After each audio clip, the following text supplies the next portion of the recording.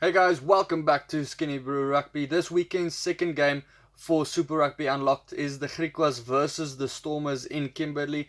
It might be a tough game because the Stormers, they are 5th in the rankings with the Griquas dead last, so they have something to play for. The Pumas, they are on a bye this weekend, so the Griquas actually can get a spot higher if they do play well this weekend and do get a win.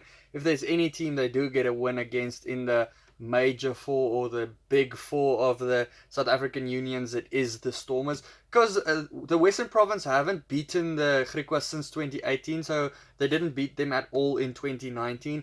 The Stormers, they aren't in the best form at the moment either.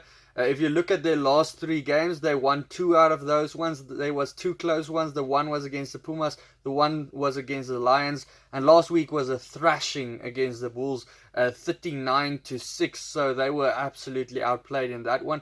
The Griquas, though, they have 0 out of 3 games so far.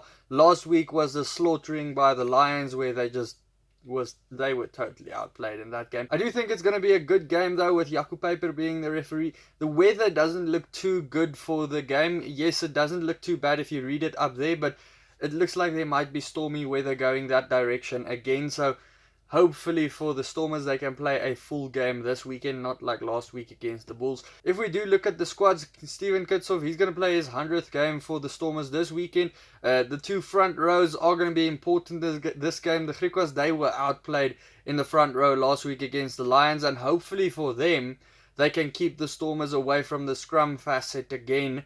That's what the Bulls kind of did last week. They just kept the Stormers away from the set pieces the whole game, and that's where the Stormers just lost it, because they've been building a lot of pressure with their scrums and kind of sticking in games by doing really well in their set pieces, and that's what actually lost them the game at the end of the day. Neetland Forshire, he's at number 3. I think they shifted some of the big guys out of the Stormers team because they said they want to light a little bit of a fire under those guys so that they actually do perform a little bit better. You can see that your spot isn't a definite just because you are a Springbok. Then number 4, Meijhuisen, he is in there. He's actually a flanker slash lock. I think he will have a good game. I do like seeing him play at Varsity Cup level. He was a great player. With Schikkeling, who is a good combo there. Bongi Mbunambi, his line-out throws were better last week, not like the week before. Then it is Zito and Smith in number 4 and 5. They are still finding their partnership after both of the starting locks for the Griquas have signed different contracts. I think both of them are at the Cheetahs at the moment, so they need to find a new lock partnership over there. Then Marcel Tennyson, I don't know too much about him. He's up against Van der Merwe, Stefan Willemse and Van Ryn. It's 2 hard blokes that will try and tackle each other on the park. Then Jono, Augustus and Els, they are almost certain to find each other somewhere on the park running into each other. Then it's Paul de Wet. I think it's his first game for the year so far. I haven't seen too much of him. In the games that we have seen of him, didn't really impress so far. So hopefully he does this week with getting a start. Actually, he's up against Zach Burger, who has really impressed me so far this season. He's captaining the side with Whitehead on the bench, so he takes over that leadership armband, and I think he's the type of guy that can take it over. He leads by example. He will try and score a try somewhere in the park. Then Tinus de Beer versus Damian Willemse. Damian Willemse is under pressure for his role. I think he should probably have been dropped already. He's probably pretty lucky that he's still there.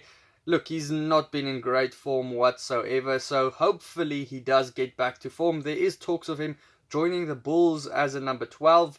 That's speculations that I'm hearing. Then Rikus Pretorius and Du Plessis at number 12 and 13 up against Franke and Kieter. Kieter, who moves from the wing to the number 13. I don't think Rikus Pretorius and Du Plessis, their partnership does too well on defense yet. Attack-wise, yes, they are a little bit better. That's if they do get balls. So that's if the Stormers actually do get that set plays going. Otherwise, on defense, they still have a lot of holes to cover. On 11, Bjorn Basson, South African legend, actually playing for the Griquas. He is up against Edwald van der Merwe, still a youngster coming through.